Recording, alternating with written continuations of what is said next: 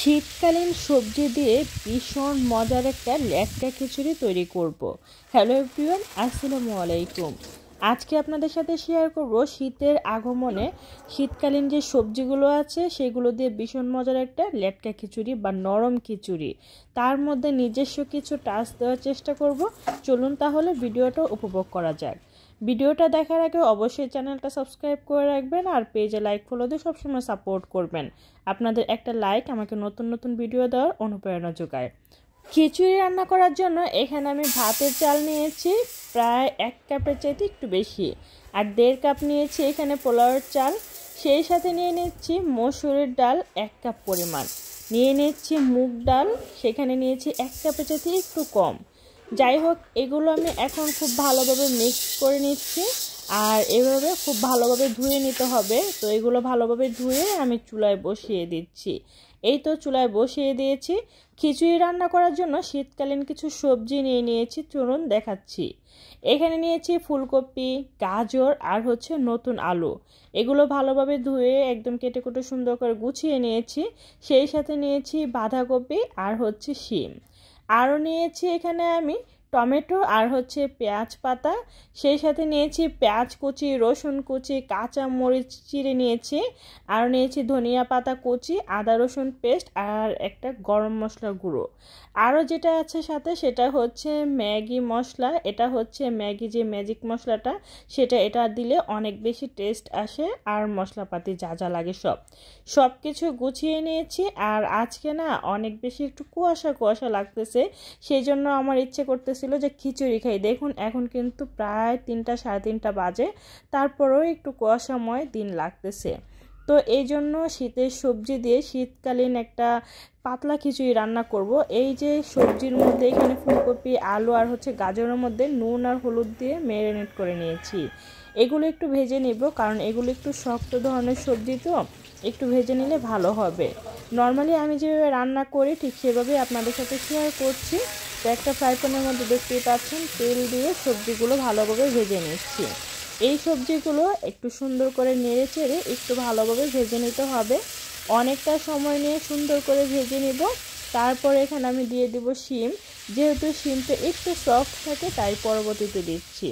তো এবার এগুলো সবগুলো একসাথে ভালোভাবে নেড়ে চেড়ে ভেজে নিচ্ছি। অনেকটা সুন্দর করে অনেকটা সময় নিয়ে ভালোভাবে ভেজে নিতে হবে। আর অন্য দিক দিয়ে আমার খিচুড়িটা দেখুন সুন্দর করে কিন্তু হচ্ছে, বলক চলে এসেছে। এবার এক এক করে সব কিছু দিয়ে দিব। প্রথমে দিয়ে দিচ্ছি স্বাদ মতো নুন, তারপর এখানে দিয়ে দিচ্ছি হলুদের গুঁড়ো, লাল মরিচের গুঁড়ো দিয়ে দিব, ধনিয়ার গুঁড়ো। প্রত্যেকটা মশলা অবশ্যই পরিমাণ মতো দিয়ে দিব, কোনোটা যেন বেশি আর কম না হয়। আমি যেহেতু চালের পরিমাণ আর সবজির পরিমাণ একটু বেশি নিয়েছি, সেই অনুপাতে সব কিছু দিয়ে দিচ্ছি। আদা রসুন পেস্টও পরিমাণ মতো দিয়ে দিয়েছি, দেখি হয়তো বুঝতে পারতেছেন। যাই হোক, এবার দিয়ে দিচ্ছি বাঁধাকপি। বাঁধাকপিটা আমি ভাজি নাই, বাকি সব সবজিগুলো ভেজে নিয়েছিলাম। তো এক এক করে সব ধরনের সবজিগুলো দিয়ে দিচ্ছি। ভালোভাবে এবার নেড়ে চেড়ে নিচ্ছি। একটু ভালোভাবে নাড়াচাড়া করে নেব, এতে করে সবজি আর যে রাইস বা ডাল সব কিছু সুন্দর করে মিশে যাবে। এই পর্যায়ে দিয়ে দিচ্ছি কিছুটা গরম মশলা গুঁড়ো, দিয়ে দিচ্ছি কাঁচামরিচের ফালি আর এই যে ম্যাজিক মশলাটা। এটা দিয়ে দিলে না অনেক মজার একটা ফ্লেভার আসে আর খেতেও অনেক বেশি ভালো লাগে। সব কিছু আবারও একটু ভালোভাবে মিশিয়ে নিচ্ছি। আর রান্নাটা কিন্তু অনবরত চলছে। দিয়ে দিচ্ছি কিছুটা টমেটো। আমি এখানে দেশি টমেটো নিয়েছি, আর এই যে এখন যে দেশি টমেটোটা পাওয়া যায় সেটা কিন্তু অনেক বেশি ভালো লাগে। তারপরে এই যে সুন্দর করে মিশিয়ে নিচ্ছি, আর রান্নাটা তো অবশ্যই করে নিচ্ছি। সেই সাথে দিয়ে দিচ্ছি কিছু কাঁচামরিচের ফালি আর পেঁয়াজের যেই কুচি করা পেঁয়াজ পাতাগুলো সেগুলো। তো এবার এগুলো আবারও কিছুক্ষণ নেড়ে চেড়ে নিচ্ছি। আমি কিন্তু কিছুক্ষণ পর পর নাড়াচাড়া করতেছি আর এক এক করে প্রত্যেকটা সবজি স্টেপ বাই স্টেপ দিয়ে দিয়েছি। এবার আমি খিচুড়িটা বাগার দেওয়ার জন্য সরিষার তেল নিয়েছি। সরিষার তেলের মধ্যে দিয়ে দিচ্ছি কিছু আস্ত শুকনো মরিচ, তারপর দিয়েছি রসুন কুচি আর পেঁয়াজ কুচি, অবশ্যই পরিমাণ মতো দিয়ে দিয়েছি। এবার এগুলো বাগার দেওয়ার জন্য সুন্দর করে নেড়ে চেড়ে নিচ্ছি। আর এই তো খিচুড়িটা দেখুন কীরকম একটা থিকনেস এসেছে, সেটা একটু দেখাচ্ছি। এটার ঘনত্বটা কেমন। তো এই যে খিচুড়িটা আমি এক সাইডে রেখে দিয়েছি, আর অন্য দিক দিয়ে এটা বাগার দেওয়ার জন্য দিয়ে দিচ্ছি কিছুটা জিরা। এখানে আস্ত জিরা দিয়েছি। এবার এই পেঁয়াজ, রসুন, শুকনো মরিচের সাথে একটু ভালোভাবে ভেজে নেব। যখন একটু ব্রাউন কালার মানে পিঙ্কিশ কালার চলে আসবে তখনই কিন্তু এই বাগারটা হয়ে যাবে। সরাসরি আমি খিচুড়ির মধ্যে দিয়ে দিচ্ছি। শীতকালীন এই সবজি খিচুড়িটা যারা রান্না করেন আর যারা টেস্ট করেন তারা একমাত্র বুঝতে পারবেন যে কতটা মজা হয়, তাই না? আমার কাছে না শীতকালীন এই সবজি খিচুড়িটা অনেক বেশি পছন্দ। তবে এখানে যদি একটু গরু মাংস দেওয়া যেত আরও ভালো লাগতো। লাস্টে আমি যেটা দিয়ে দিচ্ছি, এখানে ম্যাজিক মশলা আরও 1 প্যাকেট দিয়েছি, কিছুটা গরম মশলা গুঁড়া দিয়েছি, আর লাস্টে দিয়ে দিচ্ছি ধনিয়া পাতা কুচি। শেষ, আমার আর কিচ্ছু দেওয়া লাগবে না। এই মশলাগুলো না এত বেশি অ্যাটাচ করে এই খিচুড়িটার মধ্যে, সেটা বলে বোঝানোর মতো না। যখন আপনারা এইভাবে রান্না করবেন ঠিক তখন বুঝতে পারবেন এটার টেস্টটা কেমন।